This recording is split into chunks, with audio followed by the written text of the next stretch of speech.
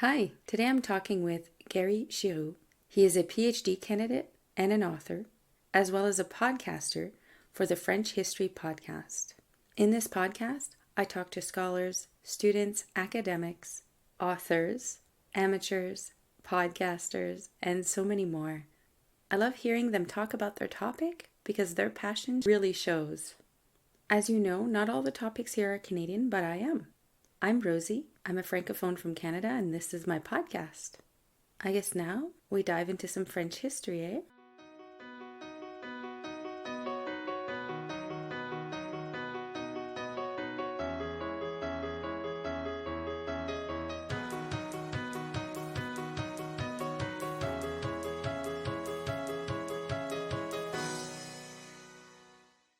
Today I'm talking with Gary Girod, and he is a podcaster. So this is exciting. I love talking to podcasters.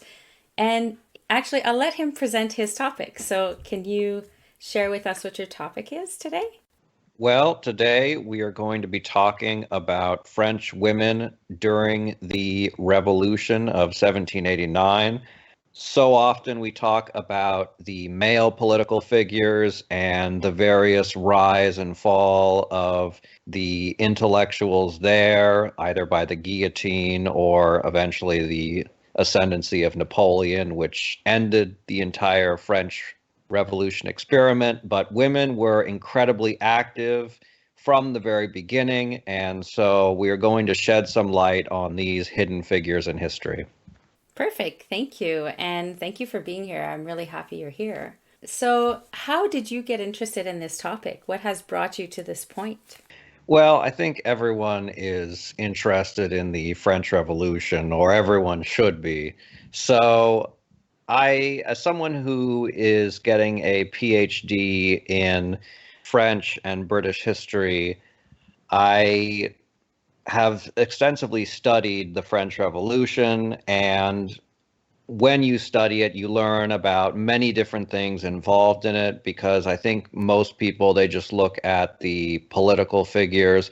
But when you do your PhD, you essentially have to learn about the business side and individual neighborhoods and the legal aspect, and women and gender come along with it. And I think that that is far more interesting than quite a lot of other aspects of the French Revolution. Perfect. Thank you. And for those who might not be aware, what was the French Revolution? What time period are we talking about? And what happened in a, small nutshell?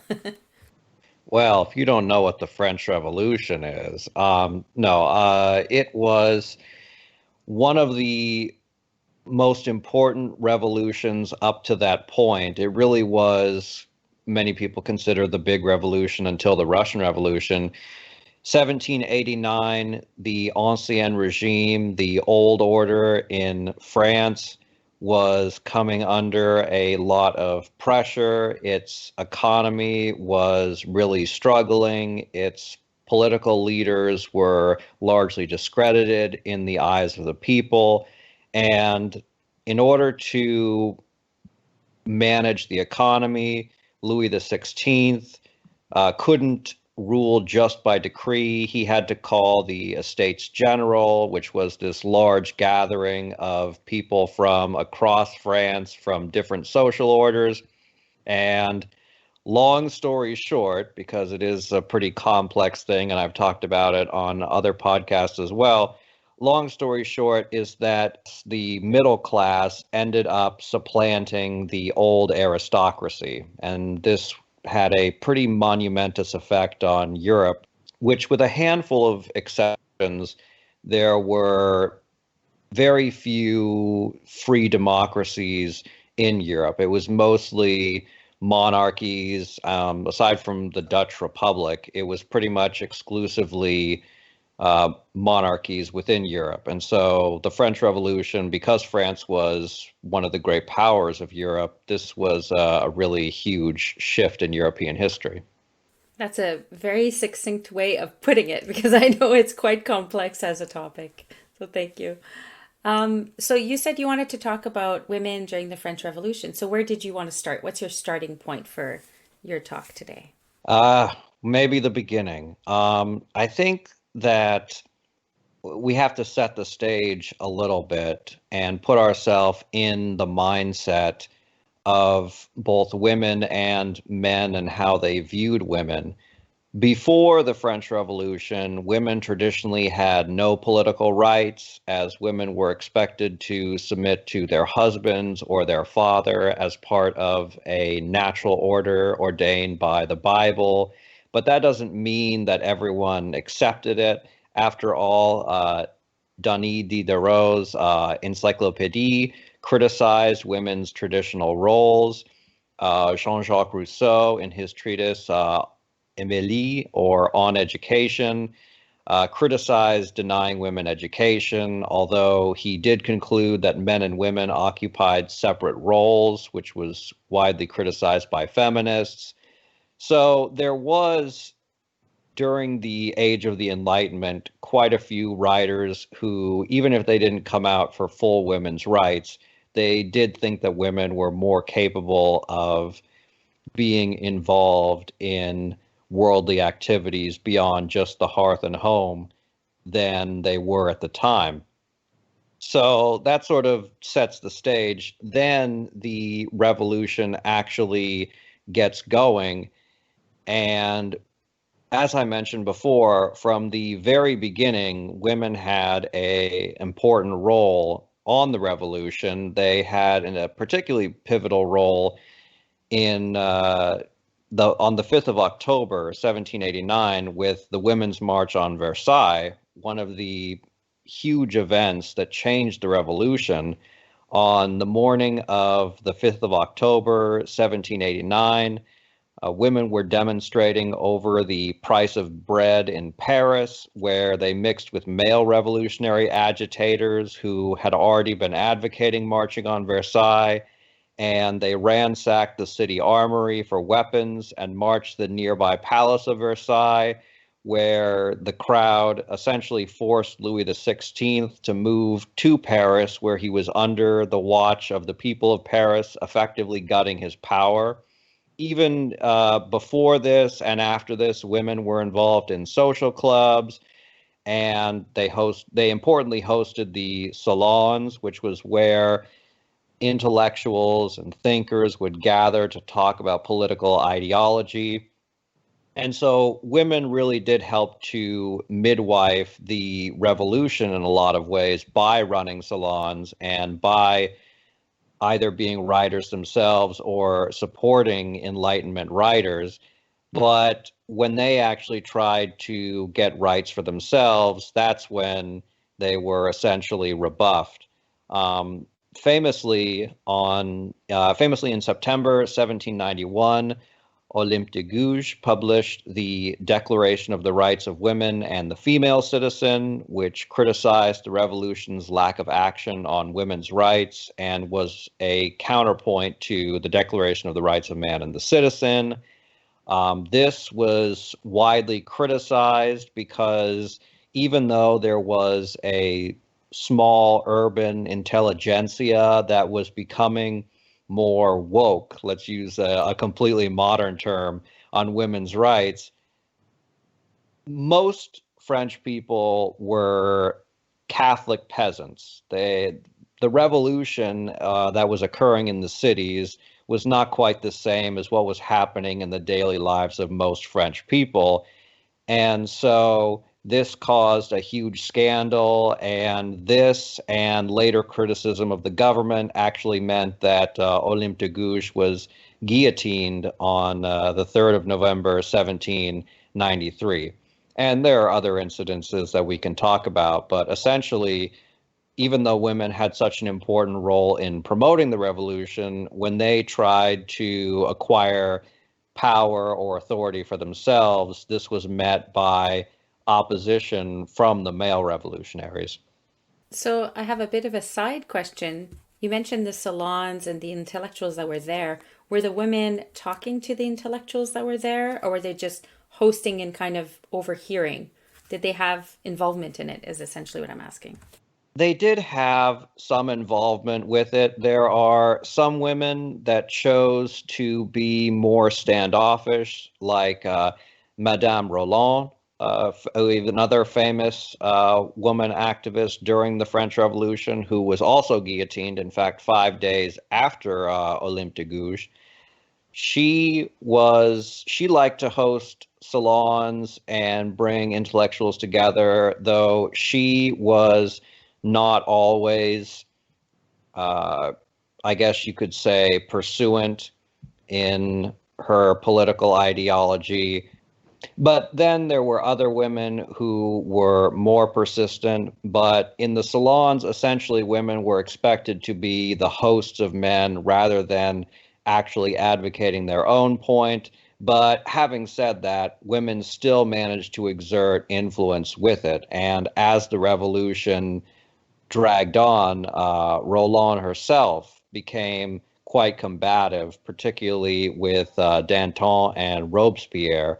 So there was some space for women to assert themselves. That sounds like a good opportunity for some women when they want to be involved. It's certainly a chance to be heard, but a lot of women wanted more than just being heard. They wanted to actually have influence over the writing of laws themselves and in voting on those laws. One of the most important points of the Declaration of the Rights of Women and the Citizen was that if the law was to be exercised on women, then they must have the right to help write the law and to vote on said laws. And so the salon was seen by many women as something that should be a stepping stone to later power, not just a endpoint in and of itself. So the women were not necessarily on equal ground as the men. Did they do anything to try to get there eventually? Well, there was the advocacy by Olympe de Gouges, and not just her, but there were, I guess you could, again, using a modern term, which is male allies. So, for example, there was Nicolas de Condorcet, who argued for women's rights in 1790 and became infamous for that because that was incredibly controversial at the time. One French woman, Pauline Léon, on the 6th of March, 1792, addressed the Legislative Assembly on behalf of Parisian women and suggested that a female militia be formed so that women could protect their homes from counter-revolutionary assaults. This was denied, and women were not allowed to have pikes and muskets and other weapons that men had. I guess they wouldn't be using muskets. I don't know. I'm not a military historian. But either way, whether it was in the form of political representation or martial representation, there were a number of women who argued that they should be involved, and yet they were denied this. Women could essentially exercise their power in two legitimate ways. One was the being involved in different social clubs, which were open to them. Women could join social clubs and they could advocate, they could write political treatises, and they could appeal for changes to laws. That is until the 30th of October, 1793, in which the Jacobins dissolved the Society of Revolutionary Republican Women and outlawed all women's clubs and associations. This was in response to a lot of women being part of the Girondins, especially Charlotte Corday, who assassinated Jean-Paul Marat a couple months before that. But before 1793, which was a huge death knell for women's rights, women could be involved in political clubs. Another thing is that they could be involved with pro-Republican mobs, either as attacking counter-revolutionaries or extolling the patriotism of the Republic. So those were two ways that women could be involved legitimately, at least according to the government in power at the time. I did hint at one way that they could be involved that was considered illegitimate, which was through uncondoned violence, as in the case of Charlotte Corday and the assassination of Jean-Paul Marat, which was also a pivotal moment in the revolution. So, with the word revolution, we definitely think of perhaps the more negative aspects, whereas you're presenting a lot of positive aspects too of women trying to further the cause or whatnot. I think it's interesting when we think about revolution because so often when a revolution occurs, it is the breakdown of the preceding society, and what comes after is never determined. Those who are making society are dealing with everyday problems and going from there. When the revolution broke out, there was a fair number of enthusiasm from a small section of feminist thinkers at the time, and they genuinely believed that they could achieve at least some measure of women's rights. Not that all of them fought for sheer equality. In the case of Madame Rolon, she actually didn't think that women would have or should have full political rights, although she thought that they should be educated. Same thing with Jean-Jacques Rousseau, who preceded the revolution, that women should be educated but confined to the domestic sphere. But those thinkers underestimated the backlash, both from the country at large, but also from the male thinkers who were also mostly opposed to women's rights. I think it's interesting looking at the development of women's rights during the revolution because there are important parallels, but also important differences with that of other minority groups like Jews, people of color, and Protestants.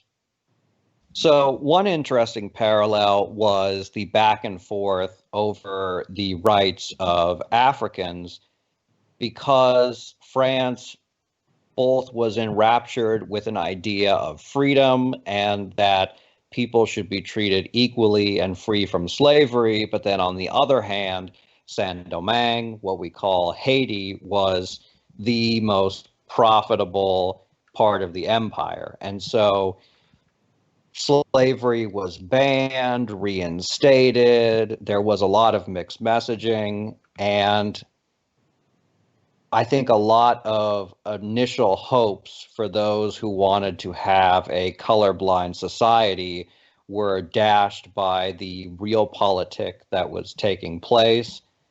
Same thing with women, in that women did seem to at least make some progress to begin with, but these were not only dashed, but as time progressed, there was this increasing suspicion of women because women were likely to be more religious and more involved in the church because this was one way that women could get power.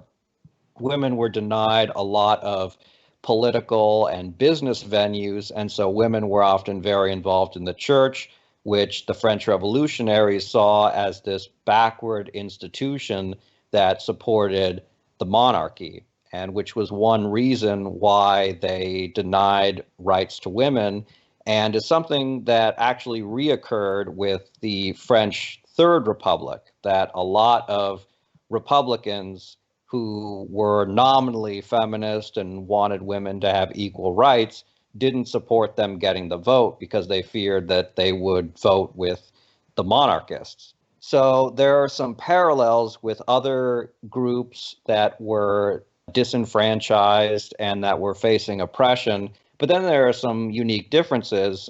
I think it's interesting because there were a fair number of thinkers at the time who didn't think that women were oppressed like Jews, Protestants, and people of color because the men in those groups were legally considered different, whereas in the case of women, here people looked at women who were considered legally different, but they figured that they were occupying a different space in society, and so therefore it wasn't discrimination. This was just a different set of rules for a different group of people. So it's very interesting to see the rationale that went into both promoting women's rights and denying women's rights. So you're essentially giving the idea of men's roles and women's roles being really different during this time. So can you give some examples of what we might consider? So essentially, they wouldn't necessarily use this terminology at the time, but it would be divided between the public sphere and the domestic sphere. That men would be in the public sphere, they would be involved in politics and business and other public ventures, whereas women were expected to be in the home, taking care of the children, managing the house, things like that. The ideal of what a French woman should be was always in flux. With what's interesting during the French Revolution, especially during the early part, is the representation of France and different ideals with women, which is pretty ironic considering that women were being denied rights. But the idealization, the personification of both France and the personification of reason, which became a domineering intellectual idea to the point where the French revolutionaries actually made the religion of reason, sometimes mistranslated as the cult of reason, where they tried to replace Catholicism with a belief in reason. And the idealization of reason was a woman, which is pretty interesting because the same people who are promoting that are also saying that women are too irrational to be involved in politics, but whatever. There are a lot of contradictions. So, in any case, the idea that many French revolutionaries had, the more regressive ones, was that a woman as an ideal should not be in the streets wearing the tricolor cockade and should not be getting involved, but instead that they should be what are known as Republican mothers. These are women who educate their children, namely their sons, to love the Republic, to love freedom, and to extol the virtues of this new society. Because otherwise, those children might be taken in by the church or other regressive institutions which would fight against it. So the idea of Republican motherhood became a very powerful concept that would remain important 150 years later. You've already mentioned a few women leaders. Do you have examples of other types of women leaders and how or what they've done during this time? Let's see. So we talked about Olympe de Gouges, we talked about Madame Rolon, who was a leader, although wasn't necessarily the most heroic leader. I suppose it depends on one's point of view. One feminist who I really have a lot of respect for was Germaine de Stael, full name Anne-Louise Germaine de Stael-Holstein, who was actually French-Swiss, and she was a writer who supported women's rights, but she very wisely realized that the revolution was getting dangerous in 1791, and she retreated from politics for a time, which was good because she managed to keep her head long enough to criticize Napoleon once he came to power. She understood early on, more than most people, that he was looking to make himself an emperor. I think one very interesting figure is Claire Lacombe.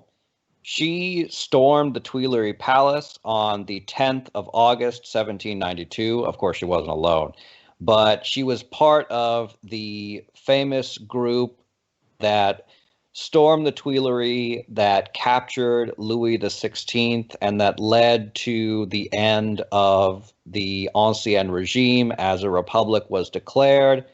The mob that attacked, and by the way, it wasn't just her, there were actually many women along with the male revolutionaries. The mob attacked the guards at the Tuileries, and she was shot through the arm but kept fighting, which earned her the nickname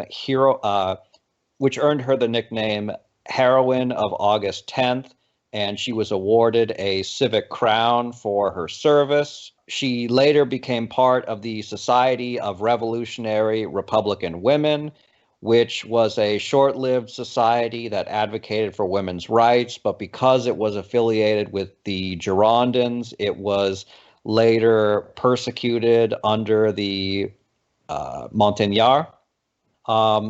During that time, she fought counter-revolutionaries in the streets, but because of her involvement with the Girondins, she was arrested on the 30th of October, 1793, then again in 1794, and she eventually gave up agitation. So I think that there's a really remarkable difference between all these different female leaders, because on the one hand, you have people like Olympe de Gouges, who was a writer, same thing with Germaine de Stael. There was Madame Rolon, who was an organizational leader. She headed an important salon, and at the same time, she became very important in government when her husband became the Minister of the Interior. She had control over ministerial letters, memorandums, speeches. She was involved in political appointments, and she was actually put in charge of a bureau to influence public opinion. And so she actually exercised a lot of direct power. And then, of course, you have women like Claire Lacombe, who is literally beating people up in the streets, and she wasn't alone. And then, of course, I mean, who can forget Charlotte Corday, who assassinated Marat, something which I might as well mention since we keep going back and forth around it. But Charlotte Corday was involved in the French Revolution from the very beginning, but as it took a more radical and violent turn, she became very opposed to what was happening. She particularly became radicalized after the September massacres in 1792, which saw over 1,000 prisoners killed, which was half the prison population in Paris. She figured that the Montagnards were going way off the deep end, and so she decided that she was going to have Jean-Paul Marat killed. She, on July 13th, which is also my birthday, 1793, but not that, she went to Marat's house and claimed to have secret information on counter-revolutionaries in Normandy. Marat's wife didn't want to let her in, but Marat insisted that she come, and Corday entered into his bathroom where he was bathing due to a recurrent skin condition. And after speaking for a while, she pulled out a knife and stabbed him, and he died in the bathtub, of which there's a very famous painting of. So there's quite a few very different kinds of women leaders, and each of them, I think, represents a different aspect of how women tried to engage with the revolution. That's very interesting. It seems like there's some pretty strong figures. Some are negative portrayals, I guess, because they had maybe they made the wrong choices, but nevertheless, I mean, they're very interesting figures for sure. I wonder if we're looking at the reverse of that. Were there some women who didn't want to be involved in all of this? Absolutely. There was quite a backlash from conservative, particularly religious women who did not like what they viewed as the domestic sphere breaking down, chaos, the subversion of the natural order, both in women becoming more active, but also in the removal of the monarchy, the aristocracy, and the different legal restrictions placed upon the clergy, because the clergy became subordinate to the government. So there was quite a backlash. One thing, though, is that we don't know as much about these individual figures, specifically because these women who opposed women's rights are obviously not going to be leading figures themselves. They are going to be arguing for men to support more conservative measures. So we know more about the men that fought against the revolution than the women, but there were quite a few women that were involved against it, both from the top to the bottom, because what we need to keep in mind is that when the counter revolution began, there was pretty much always women involved, whether it was riots against the government or whether it was even armed insurrection. One important event was the 20th to the 23rd of May, 1795, wherein a massive bread riot occurred. A large crowd of women and men armed with guns, pikes, and swords rushed into the meeting place of the National Convention and chased the deputies from their benches. They killed one and cut off his head. As soon as the government gained control of the situation, it arrested many rioters, prohibited women from entering the galleries of its meeting place and from attending any kind of political assembly or even gathering in groups of more than 5 in the street. So this was, as far as I can tell, the last major event that women had a hand in during the revolution. And this was an armed revolt against the government. Whether we consider this to be something that was a feminist action, because here you have women taking control against a what is by now a conservative government, or whether we consider this a conservative action, because here you have people who are fighting against a Republican, at least in name, government, and many of them almost certainly supported a return to some sort of stabilizing government, even if that was a monarchy. We can never know, especially because we really don't know what most of the individual lower class were thinking. But clearly, as the revolution dragged on, the idea of women gaining more rights really died off. And it really became a question of, can this government last? Because essentially, no government after 1793 was pushing for women to have a large expansion of rights. And have you come across any interesting controversies, perhaps linked to women and their roles in the revolution?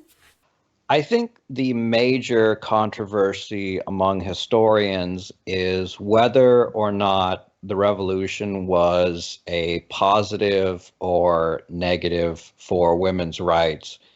It's hard to say because the preceding government and the preceding society regarded women as being entirely subordinate to their husbands. And so some women have argued, some, I should say, female historians have argued that the French Revolution was a step forward for women because even though they did not gain full political rights, they gained a new identity as someone that was important in the government itself, even if it was in a more passive role. Because here, with the idea of Republican motherhood, women were expected to be educated and were expected to extol the virtues of society onto their children.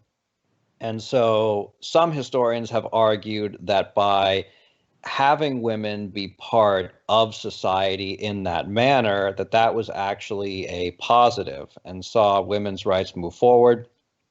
Other women have argued, other feminist historians have argued that it was actually a significant step back because this was a reformulation of the natural order, but in a much more concrete, developed way, wherein women were regarded as being biologically determined to have a less significant role.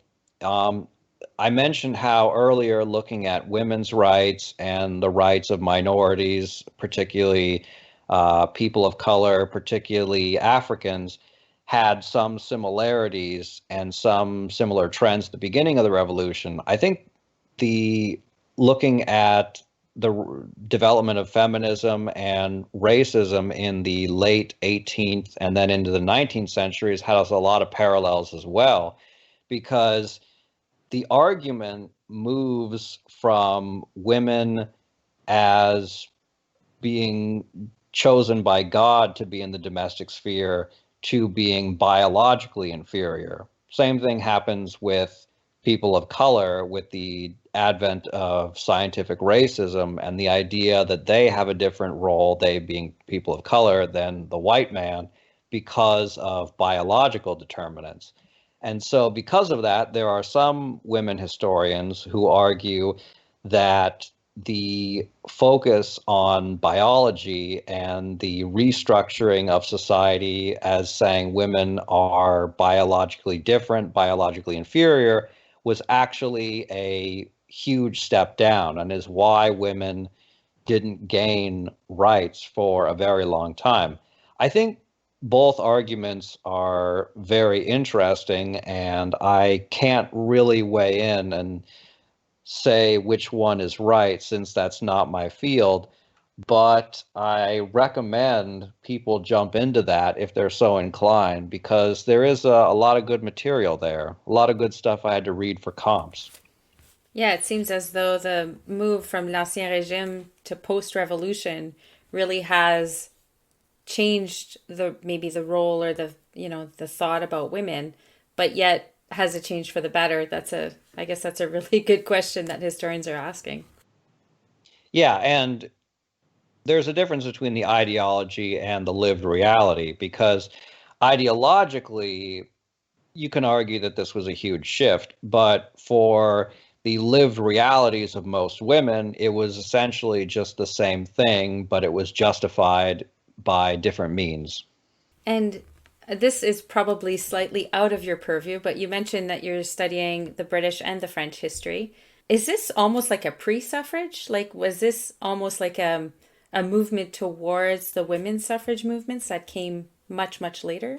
Well, I wouldn't conflate the British experience with this because they had a significantly different experience. And in fact, the Anglo-Saxon world got the vote far before the Francophone world. In fact, well, just for those who don't know, Britain, women over 30 got the right to vote in 1918. Specifically, the law said women over 30 because there was a generation of young men who died in World War I, and the British government didn't want women to dominate the vote, and so they required that only women over 30, but they got the vote in 1918, whereas in France, women got the vote in 1945.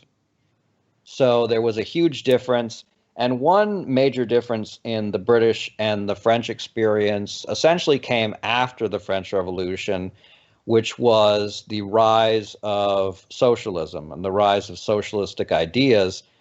Essentially, in France, socialism as an idea became pretty popular in the 19th century, and socialists argued for a leveling of society based on the economic issue. In Britain, socialism didn't catch on as much, and so people were much more focused on political rights than they were economic rights. And for that reason, in France, there were quite a number of female activists who were focused on achieving socialism rather than women's rights, and even a lot of women who believed that women should have equality or at least far more rights. they weren't fighting for it within the government because essentially they argued that any capitalist bourgeois system that offered political rights wouldn't ever truly be equal. And so it was only with a socialist revolution that political rights could actually have some meaning.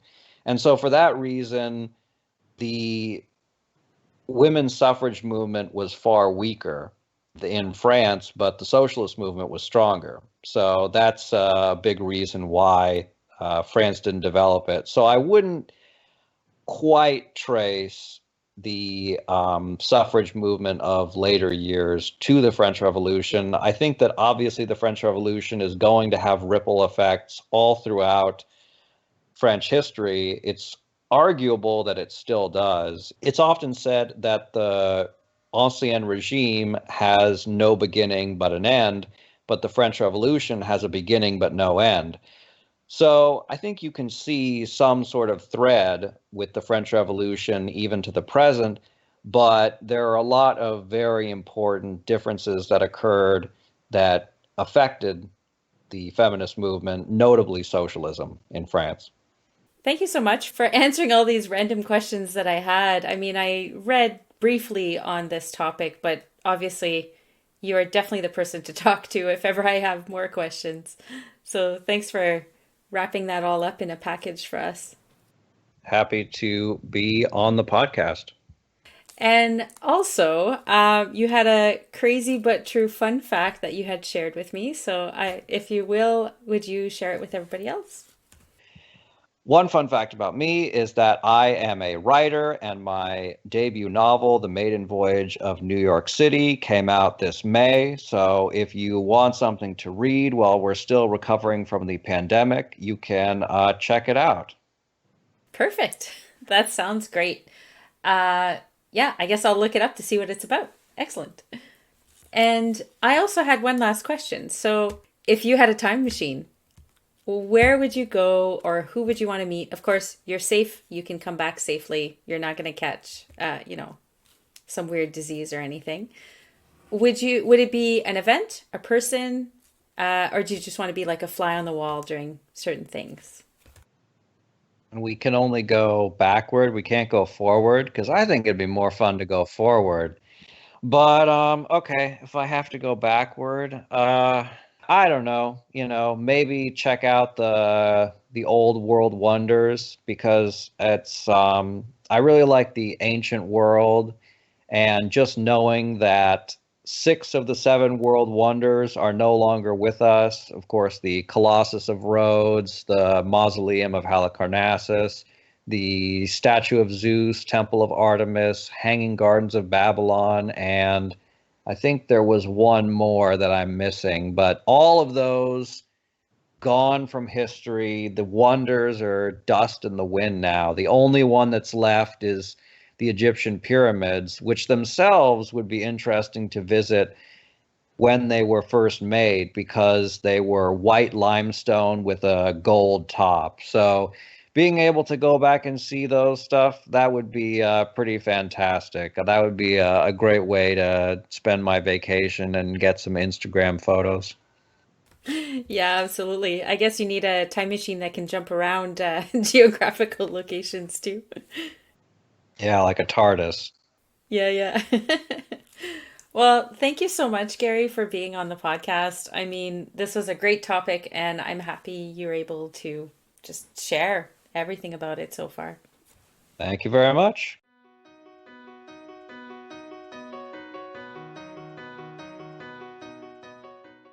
Thank you so much, Gary. That was a really good look at women during the French Revolution. The book recommendation by Gary today is Women and the Public Sphere by Joan Landis. Gary also gave a whole bibliography of books, which I will put into the blog post. And I'd also like to recommend The Maiden Voyage of New York City by Gary Girod, which I'll also link. You can catch me on social media, Facebook, Instagram, Twitter at HistoryA. You can also come to the website, history8.com. I'd love to hear from you. If you have time to rate this podcast on your podcasting platform, it'd be fantastic. It helps people find me, and I really appreciate all your efforts. I'd like to thank my husband Jamie, our brood of kids, our family, our friends, the teachers I've had. Without you, I would not be adventuring through history. Un grand merci.